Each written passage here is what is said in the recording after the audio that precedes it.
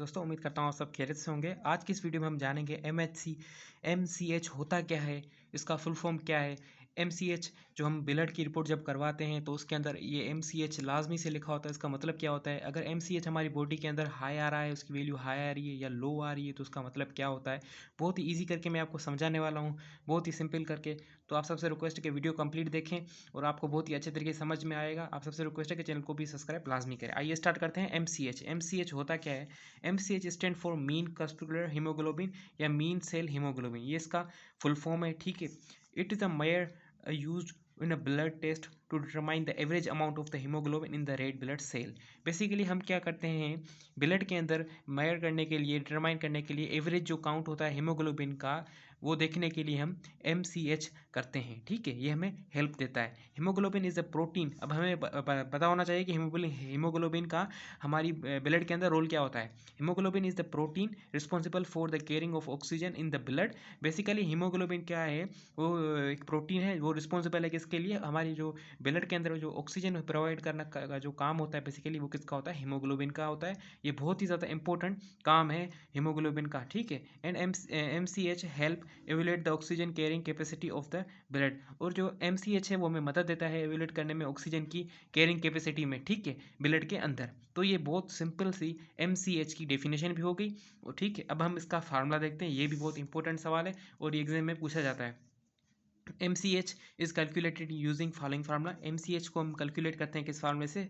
MCH is equal to haemoglobin gram into DL multiply by 10 divided by red blood cell count.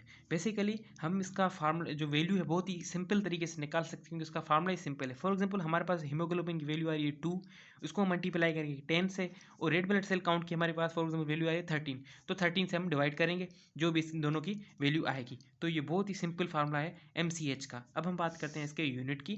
The unit of for MCH is typically expressed in picogram. ठीक है, इसको हम picogram में unit लेते हैं, इसको short form बोलते हैं PG। फिर 1 PG is equal to 10⁻⁻12 grams. तो ये भी आपको पता होना चाहिए कि 1 PG किसके बराबर होता है और उसका MCH का यूनिट क्या होता है, ये भी आपको आना चाहिए, इंपॉर्टेंट है। अब इसके कुछ रेंजेस पढ़ते हैं। Normal, the normal ranges for the MCH is generally between the 27 to 33 picogram per cell. However, this range can be very slightly depending on the laboratory and its testing method। दोस्तों, मैं आपको एक बात बताना चाहता हूँ, बहुत ही इंपॉर्टेंट बात है कि आपको ये बात भी पता होना चाहिए हर लैब का जो वैल्यू होती है। फॉर एग्जांपल आप किसी और एक लैब से करवाते हैं, वहाँ पे आपकी रिजल्ट कुछ और आएगी। अगर किसी और लैब से करा रहे हैं तो वहाँ पे आपकी रिजल्ट एक जैसी बिल्कुल भी नहीं आएगी, थोड़ा बहुत डिफरेंस लाजमी होगा। तो यही बात ये बता रहा है कि इसकी जो एवरेज जो वैल्यू है वो ली जाती है 27 से लेकर 33 तक, पर उसमें मुख्तलिफ लेबों के स्टैंडर्ड उनके हिसाब से कुछ चेंजेस आ सकते हैं नॉर्मल रेंज के अंदर। आगे देखते हैं इसके अंदर क्या है।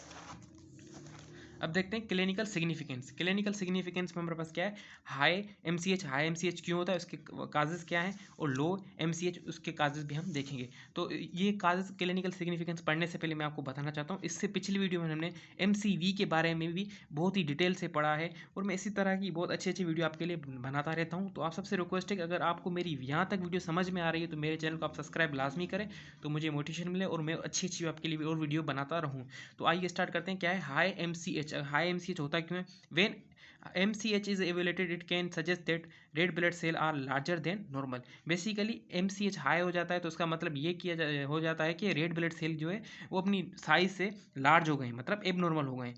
तो अगर लार्ज होने तो उसको क्या बोलेंगे, मैक्रोसाइटिक, विच में अकर इन द कंडीशन लाइक। ठीक है, वो मैक्रोसाइटिक हो जाते हैं। ठीक है, मैक्रोसाइटिक, मैक्रो का वर्ड क्या होता है, लार्ज। ठीक है, तो इसके जो काजेज है वो देखते हैं। विटामिन बी ट्वेल्व की डिफिशियंसी का हो सकता है। फोलिक एसिड डिफिशियंसी का भी काज हो सकता है कि उस वजह से हाई एमसीएच हो सकता है, या कोई लिवर की डिजीज हो सकती है उस वजह से भी एमसीएच हाई होता है, या हाइपोथायराइडिज्म, ये भी एक बहुत इंपॉर्टेंट काज है हाई एमसीएच का। अब इसके हाई काजेज तो पढ़ लिया, अब इसके लो काजेज देखते हैं वो कौन कौन से हैं। लो देखते हैं, लो एमसीएच कब होता है, और low MCH value is usually indicate that red blood cell are smaller than normal. Basically इसके अंदर क्या होते हैं, रेड ब्लड सेल जो होते हैं उनकी जो साइज होती है बहुत ही स्मॉल हो जाती है नॉर्मल सेल से। ठीक है, which is commonly seen in condition like, कौन सी कंडीशन होती है उनके अंदर ये देखा जाता है। तो इसके अंदर क्या होता है, एक होता है आयरन डेफिशिएंसी एनीमिया और दूसरा होता है थैलेसीमिया। इन दोनों कंडीशंस के अंदर जो वो है, जो ब्लड की जो साइज है वो मैक्रोसाइटिक हो जाते हैं, मतलब स्मॉल हो जाते हैं नॉर्मल रेड ब्लड की साइज के निस्बत। तो ये उसके लिए इसको बोलते हैं लो एमसीएच वैल्यू। तो इसी तरह ही अब इसके कुछ आगे देखते हैं, इसके अंदर MCH के अंदर हमारे पास क्या है।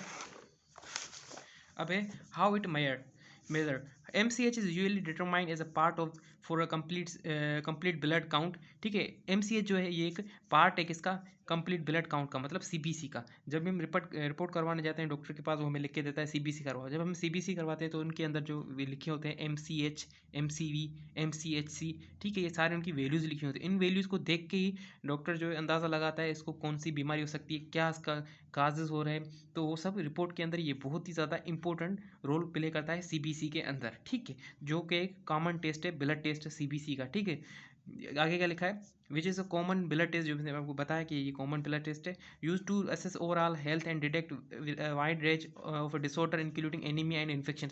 बेसिकली ये जो CBC टेस्ट है, हम ये ऑल ओवर वर्ल्ड जितनी भी दुनिया के अंदर लेब्स होती हैं वो करवाती हैं ये टेस्ट। उसके जो वजह से हमें क्या पता चलता है कि डिसऑर्डर कौन सा हो सकता है, या कोई एनीमिया या कोई इन्फेक्शन हो सकता है, उन सब के बारे में हमें पता चल सकता है। अगर हम CBC करवाते हैं उसके अंदर वैल्यूज़ का आगे पीछे हैं, कम ज़्यादा हो रही हैं, तो उनसे हमें आइडिया हो जाता है काफ़ी हद तक कि इसको कोई इन्फेक्शन है या कोई एनीमिया है, तो उससे हमें ट्रीटमेंट में आगे बहुत ही ज़्यादा हेल्पफुल मदद मिलती है। ठीक है, अब इसके देखते हैं इंपॉर्टेंस ऑफ MCH। इंपॉर्टेंस देखते हैं क्या है। MCH help a doctor understand whether there is an issue with red blood cell। ठीक है, MCH जो है मदद करता है डॉक्टर्स को अंडरस्टैंड करने में कि रेड ब्लड सेल के अंदर कोई मसला तो नहीं है, बहुत सारे मसले होते हैं। ठीक है, and there are the ability to transport oxygen through the body. ठीक, और जो MCH है इसका जो इसके अंदर जो हीमोग्लोबिन है उसका जो काम होता है ऑक्सीजन ट्रांसपोर्ट करने का होता है, तो ये भी एक इंपॉर्टेंट रोल है इसका। If abnormality are found in MCH, अगर कोई एबनॉर्मलिटी आ जाती है MCH के अंदर, जैसे कि हमने पीछे देखा है कि MCH हाई भी हो रहा है और लो भी हो रहा है। ठीक है, वो क्या है, एक एबनॉर्मलिटी तो है। Further testing may be needed to determine the underlining cause of issue, और फिर हमें आसानी हो जाती है कि हम देखते हैं, अंडरलाइन करते हैं कि इसका इशू क्या है या कौन कौन से इसको काजेज हो सकते हैं। तो दोस्तों मैं उम्मीद करता हूँ कि आपको ये मेरी वीडियो MCH की बहुत ही ईजी तरीके से मैंने आपको कोशिश की समझाने की, तो आपको समझ में भी आ गई होगी। अगर आपको मेरी ये वीडियो यहाँ तक अच्छी लगी हो तो मेरे चैनल को आप सब्सक्राइब करें, तो मुझे मोटिवेशन मिले, मैं अच्छी अच्छी वीडियो आपके लिए बनाता रहूँ। मैंने बहुत सारी और भी वीडियो बनाई हुई, अगर आपने अब तक वो नहीं देखी तो काइंडली वो भी देखें, तो आपको पता चल सके कि वो आपके लिए हेल्पफुल हो सकती है। मैंने MCQs के ऊपर भी बहुत सारी वीडियो बनाई है, वो आपके एग्जाम के अंदर, ठीक है, जैसे कि आप बहुत सारे एग्जाम देते हैं, एंट्री टेस्ट वगैरह होती हैं, उनके अंदर भी ये हेल्पफुल हो सकता है। तो बस आपसे रिक्वेस्ट है, ठीक है, वीडियो देखते रहें और कमेंट और लाइक शेयर लाजमी करें। अगर आप वीडियो के ऊपर कमेंट करते हैं तो मुझे पता चल सके कि मैं आगे कौन से टॉपिक पे वीडियो बनाऊं, मैं और अच्छी करके उस वीडियो को बना सकता हूं। तो आप कमेंट में जो टॉपिक हैं वो लाजमी सजेस्ट करें, और आप ये भी बताएं कि आपको ये मेरी वीडियो कैसी लगी। तो आप सबका फिर भी शुक्रिया कि आप मेरी वीडियो देखते हैं।